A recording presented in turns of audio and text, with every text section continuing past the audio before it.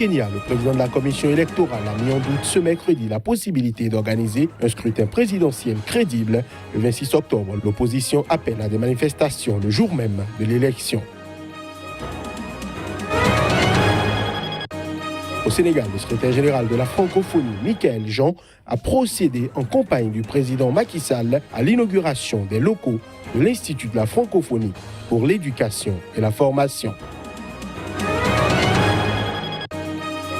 En Espagne, Madrid cherchera à suspendre tout ou partie de l'autonomie de la Catalogne, une menace qui passera à exécution si les dirigeants séparatistes ne renoncent pas à déclarer l'indépendance.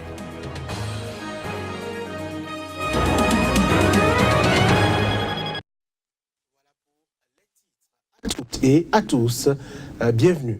La situation est toujours confuse. Au Kenya, le président de la commission électorale IEBC a mis en doute ce mercredi la possibilité d'organiser un scrutin présidentiel crédible le 26 octobre. Des propos forts tenus pendant que l'opposition appelait à des manifestations le jour même de l'élection. On fait le point à travers ce reportage. Le chef de l'IEBC, Wafula Chebukati, dans un long et poignant message lu devant les caméras, s'est d'abord estimé incapable en l'état de garantir l'équité de ce scrutin. Des propos tenus quelques heures après la démission d'une des 7 commissaires de l'IEBC, Roselyne Akombe, qui comptait parmi ses rares soutiens au sein de l'institution. Chebukati s'est livré à une critique virulente des dirigeants politiques kenyans de tous bords. Il est déjà douloureux pour moi d'être officiellement le président de l'IEBC qui a présidé pendant une élection présidentielle annulée par la Cour suprême. J'ai fait valoir ce point à maintes reprises devant mes collègues de la commission. J'ai tenté à plusieurs reprises d'apporter des changements critiques, mais toutes mes motions ont été rejetées par la majorité des commissaires. Dans ces conditions, il est difficile de garantir des élections libres, justes et crédibles.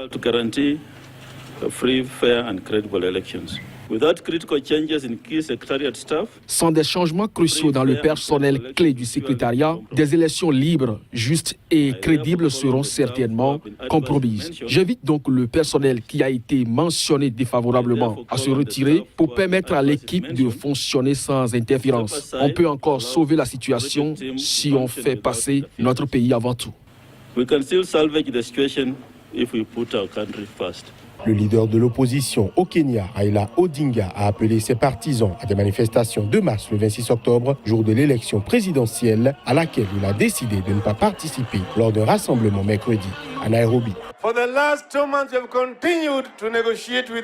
Cela fait un mois qu'on négocie avec l'IEBC, mais en vain. La raison pour cela, c'est parce que l'IEBC a été prise en otage par Jubilé, comme Chebukati l'a avoué lui-même aujourd'hui. L'IEBC est dirigé depuis la Chambre d'État. L'opposition a déjà mené une série de manifestations pour obtenir une réforme de l'IEBC. Elle les a suspendues mardi après la mort, depuis vendredi, de 3 jeunes hommes tués par balle. Et il n'est pas clair, au vu des propos de Raila Odinga, quand exactement elle entend les reprendre. En République démocratique du Congo, la majorité présidentielle n'est pas d'accord avec l'opposition qui propose une transition sans le président. Joseph Kabila, pour elle, l'article de la Constitution qui stipule que le président en exercice sera en place jusqu'à la passation doit être suivi scrupuleusement. La majorité pense qu'il faudrait laisser la commission électorale indépendante travailler sans pression. Pour rappel, la CENI a demandé 504 jours à dater de la fin de l'enrôlement pour organiser les élections en RDC, suivant un extrait des propos du secrétaire général adjoint de la majorité présidentielle. Félix parle d'une courte transition sans le président Kabila. Ici, dans notre pays, nous sommes régis seulement par la Constitution. Et les premiers principes de l'accord de la Saint-Sylvestre, les parties prenantes s'engagent à respecter la Constitution du 18 février 2006. La Constitution, c'est ça, à respecter la Constitution et les lois de la République et à organiser les élections présidentielles, législatives nationales et tout ça par respect à cette Constitution. Même si après ils ont débarqué par l'air non-obstant. C'est ça le premier principe. Et plus loin, ici, ils disent des institutions à mandat électif. L'alinéa D, ils disent l'article 70 en son alinéa D dispose à la fin de son mandat, le président de la République reste en fonction jusqu'à l'installation effective du nouveau président élu. Je ne sais pas, celui qui peut venir ici feuilleter ces livres importants du pays et nous parler de là où on parle d'une transition. Lorsque nous avons un président vigoureux, très fort comme le président Kabila, une petite transition peut exister si le président devient incapable. Et il est mort. Ces gens, est-ce qu'ils réfléchissent pour faire des déclarations? La République démocratique du Congo a été élue, on le sait, à New York, aux États-Unis, membre du Conseil des droits de l'homme des Nations Unies. Le pays a obtenu 151 voix sur 193 votants, mais plusieurs ONG de droits de l'homme du pays contestent cette élection. Selon elles, le pays est loin d'être un exemple en matière de droits de l'homme. La population, quant à elle, pense plutôt que cette élection est plus un défi à relever en matière de droits de l'homme qu'une victoire diplomatique des autorités politiques. On les écoute. Cette élection peut être aussi un couteau à double tranchant pour la République démocratique du Congo. Parce que si elle peut participer à la protection des droits de l'homme et à la promotion des droits de l'homme au niveau universel, c'est-à-dire qu'il doit aussi le faire sur son territoire. Il y a certaines désignations, certaines élections qui sont comparables à un piège ou à un défi à relever. Parce que maintenant, comme nous atteignons le trimestre fatidique de la fin du sursis d'une année qu'on avait accordé au régime en place en vertu de l'accord de la Saint-Sylvestre, maintenant le monde entier va regarder comment ils vont respecter les droits humains. Parce qu'il y aura des manifestations, il y aura des marches, il y aura des activités politiques qui vont entrer en ébullition. Maintenant, on va les juger à l'acte. Les gens doivent savoir que c'est plus une responsabilité qu'un sujet de plaisir, des gens même qui boivent du champagne, que c'est une victoire diplomatique. Moi, j'ai participé plusieurs fois au Conseil des droits de l'homme à Genève, mais c'est une grande responsabilité. C'est contrairement à ce que les gens croient ici. Donc vous devez veiller à l'application stricte des normes internationales des droits de l'homme qui sont considérées comme jusqu'aux gens normes impératives conformément à l'article 53 de la Convention de Vienne. Allons maintenant au Sénégal où le secrétaire général de la francophonie, Michaël Jean, a procédé en compagnie du président sénégalais Macky Sall à l'inauguration des locaux de l'Institut de la francophonie pour l'éducation et la formation IFEF. Cette structure peut participer à l'amélioration de la qualité de l'éducation et de la formation. Écoutons la réaction du chef de l'État sénégalais Macky Sall, suivi de Michaël Jean, secrétaire général de la francophonie. C'est sur des propos recueillis pour vous par Cheikh Berté, notre correspondant à Dakar. Cet institut qui est un outil additionnel que la conférence des chefs d'État avait institué lors du sommet de Dakar il y a 3 ans. Cet institut est déjà pleinement opérationnel et mettra en synergie toutes les méthodologies d'enseignement, la formation des enseignants basée sur l'usage des nouvelles technologies de l'information et de la communication. Le président Macky Sall et moi-même étions impatients de procéder à ce que nous avons fait aujourd'hui, c'est-à-dire l'inauguration officielle d'un institut de la francophonie pour l'éducation et la formation, qui est là vraiment pour répondre à cette urgence d'accompagner la formation professionnelle des jeunes et leur insertion sur le marché de l'emploi, sachant que nous avons au nombre des pays de la francophonie, des pays où 60% de la population a moins de 30 ans.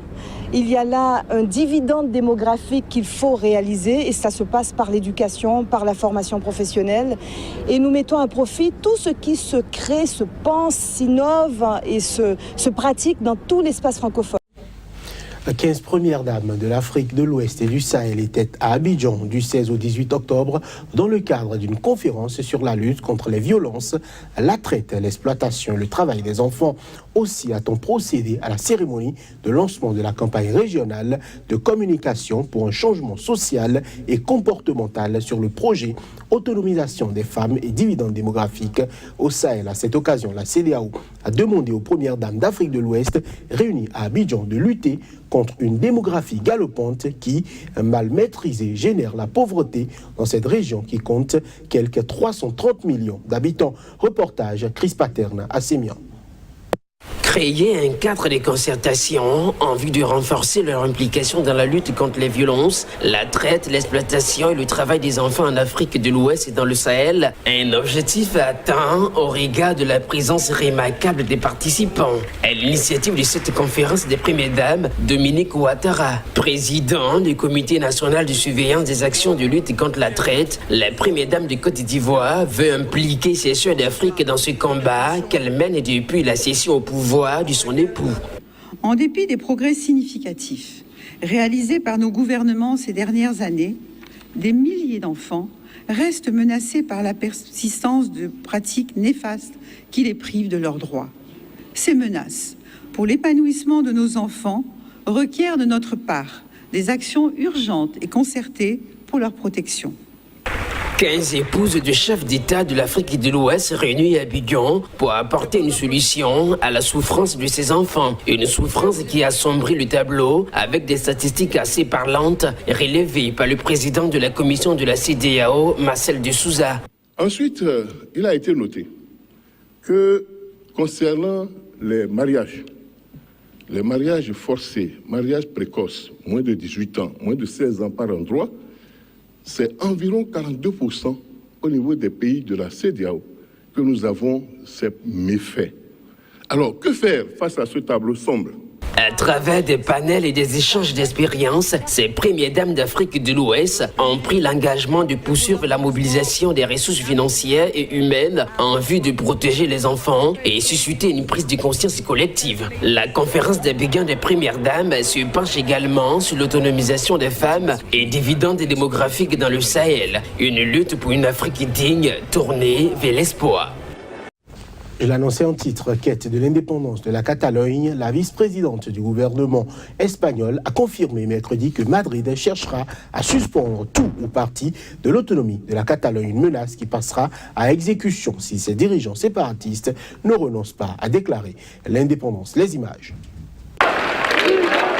L'Espagne est un pays extrêmement décentralisé et la Constitution adoptée en 1978 confère aux 17 régions les communautés autonomes des pouvoirs étendus en matière de santé et d'éducation, par exemple, auxquels elles tiennent beaucoup.